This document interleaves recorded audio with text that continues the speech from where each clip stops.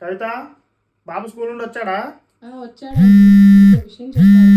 సరే సరే ఉండు, అమ్మ ఫోన్ చేస్తుంది, మళ్ళీ ఫోన్ చేస్తా. అమ్మా, అన్నం తిన్నావా? ఏంటి ఇంతసేపు కూర్చున్నావు? పొద్దుపోయింది, వెళ్ళి పడుకోపో. తిన్నా నాన్న. ఏంటి ఇంత ఆలస్యంగా వచ్చినావు ఆఫీస్ నుండి? ఆఫీస్లో పని ఎక్కువైందిలే అమ్మా, నువ్వు వెళ్ళి పడుకోపో.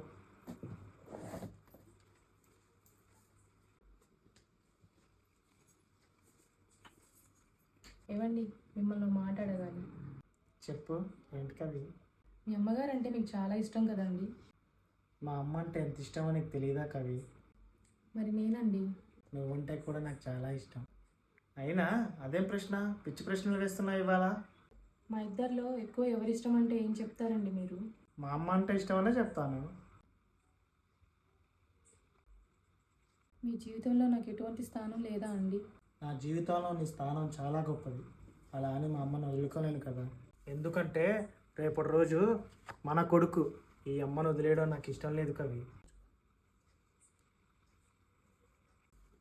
మా అమ్మని నేను ఎలా ప్రేమిస్తానో గౌరవిస్తానో రేపటి రోజున మన కొడుకు కూడా నేను అలానే గౌరవించాలి, ప్రేమించాలి.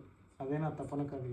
నేను ఎప్పుడూ వాడికి చెప్తూనే ఉంటాను, నేను ఎలాగైతే నాయనమ్మని చూసుకుంటానో రేపటి రోజున నువ్వు అమ్మని అలాగే చూసుకోవాలని. నేను ఇలా ప్రవర్తిస్తున్నానంటే నీ మీద ప్రేమ లేక కాదు కవి. నువ్వు అది అర్థం చేసుకుంటే చాలు.